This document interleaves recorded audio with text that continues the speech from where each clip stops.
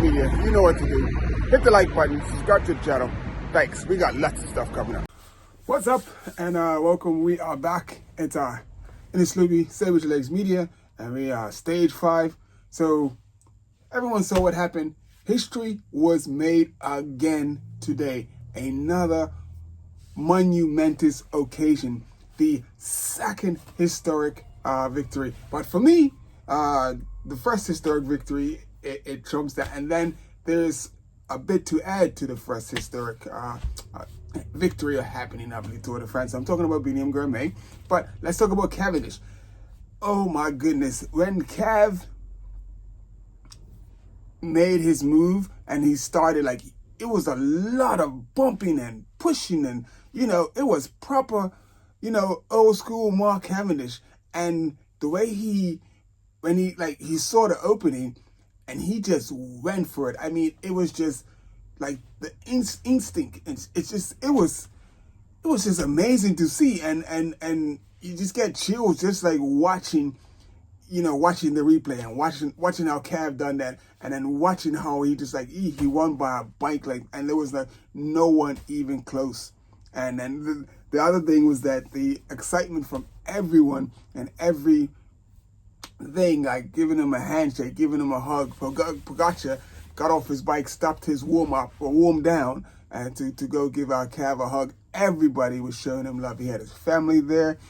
It was amazing to see. So Cav got number 35, and the way he moved on the bike, I highly doubt that that's going to be the last win he gets this tour. And there's another sprint stage tomorrow, so let's see what happens. I think Cav could he has a good man.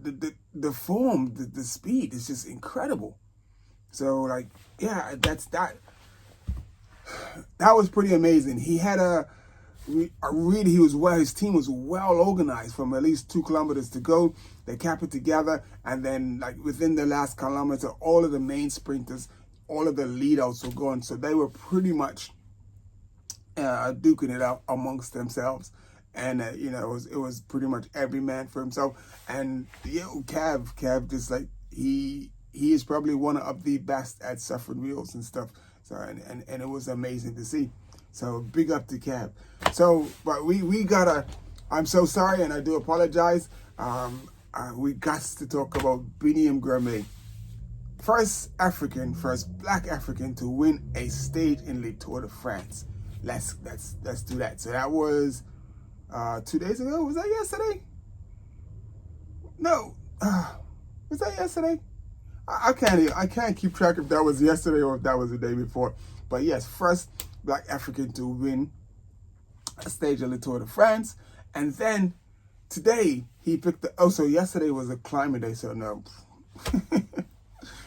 So that was the day before. And then today he got a few points at the first, he sprinted him and Mads Pedersen.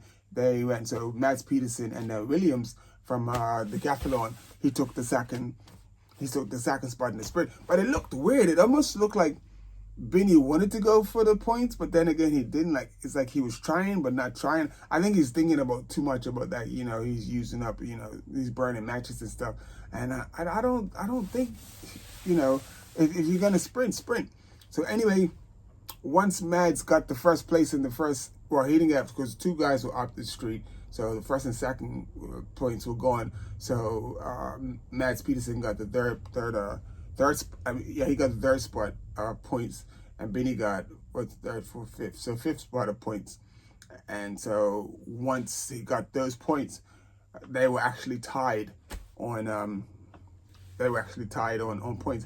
And I think that if those 2 hadn't finished in the points, I think Bini still would have got the green on countback, because Bini's had a higher place finish, and Mads has it. Mads Pedersen has it, so he might have still gotten the green jersey based on that, because they tied it. So it made it interesting. So it's all Bini had to do was finish behind him.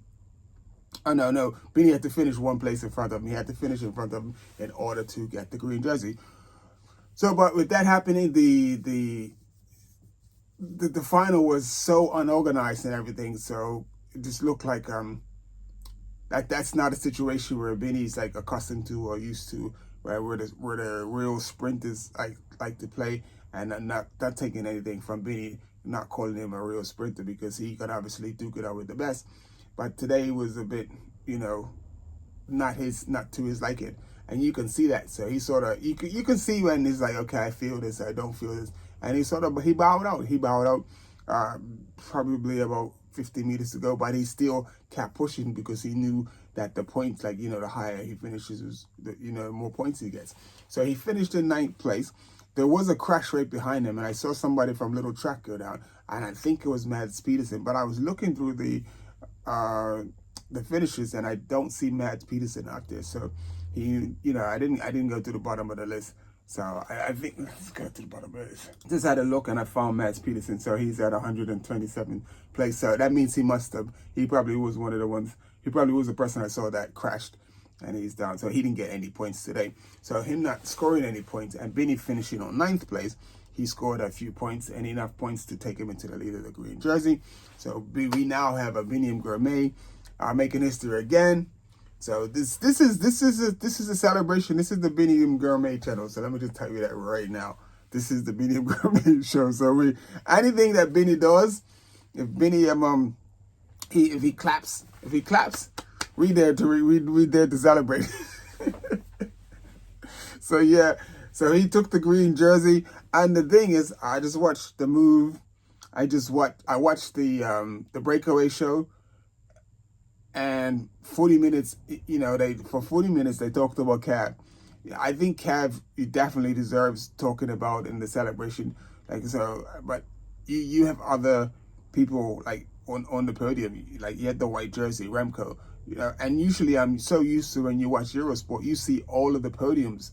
So you didn't see the white jersey, you didn't see the polka dot jersey, you didn't see the most aggressive rider, and you didn't see Poggi, so you didn't see none of that. So they just chose the whole time to just talk about Mark.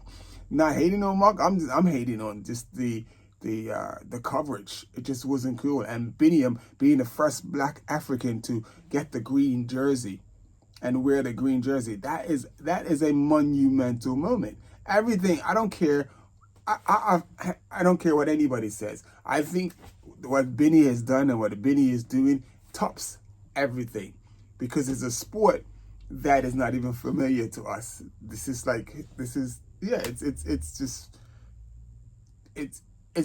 not new to us, but it's not football, it's not cricket, it's not basketball, so it's not the things that Black folk are normally known for.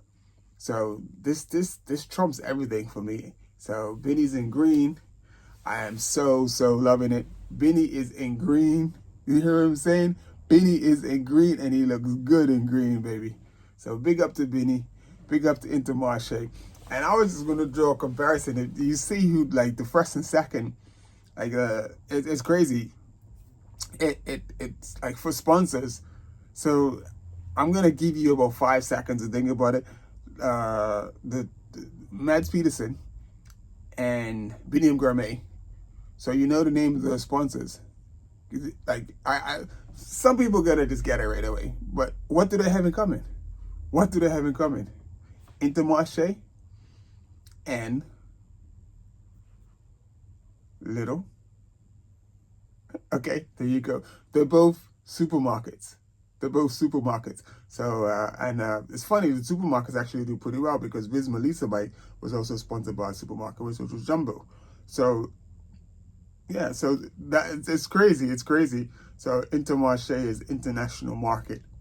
I think it's French or Belgian, international market. So Intermarché. Anyway, that's it. And it's going to be Save With Your Legs. Biniam Girmay, we are in green, baby. What you talking about? Huh? You know about that. Anyway, we will see you tomorrow. It's another sprint stage. Will Cav get stage number 2? How will Bini fare tomorrow?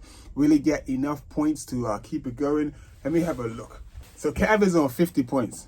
So if Cav wins tomorrow, he goes to 100 points. Bini is on 102. So he still stays in the green jersey. So what Bini needs to do, he needs to get some intermediate sprint points. and he needs to make sure he finishes in the points at the finish at least, so he could hold on to that green jersey. And Mads Petersen is at 94. And yeah, so Bini needs to get those points so he can stay in the green jersey. And I'm pretty sure he's going to do that. Jesper Philipsen's at 78. So if Jesper wins tomorrow, he'll go ahead of Bini, unless Bini gets enough intermediate sprint points to stay ahead of him. So it'll be 20 points. So it'll be at 122. Mads is at 78, so he's 80. So he will go to 130. So he would still, no, 128. So yeah, Bini would need first place in the sprint points, and then at least in the top 5 for on the finish, and he will be able to keep the green jersey. Just doing the math, just thinking about it. Anyway, so we will see what happens, and we're just gonna keep rooting for Bini. So it's between Cav and Bini. So that's the only people I'm concerned about. That's the only people that I am focused on. And again, another day you're listening to the commentary all day. They're talking about Mads Petersen. They're talking about Jesper Phillips. They're talking about Brian Coquard, Fernando Gaviria, and Arnaud Delis. And they're talking about sprinters in the finish and everything. But they're not mentioning Bini. They're not mentioning Bini. And it's almost like an afterthought after they've talked about everyone else for like the last 10, 15, maybe 20, 30 minutes.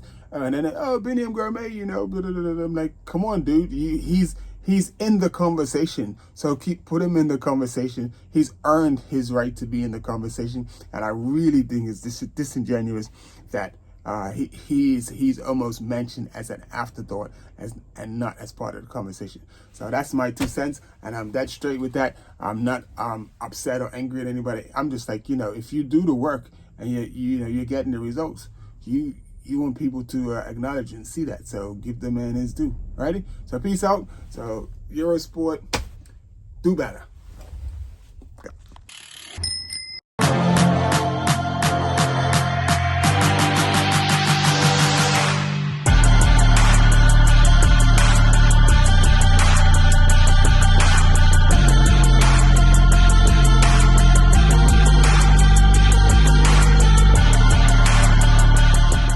Sever your legs, media. You know what to do. Hit the like button, subscribe to the channel. Thanks. We got lots of stuff coming up.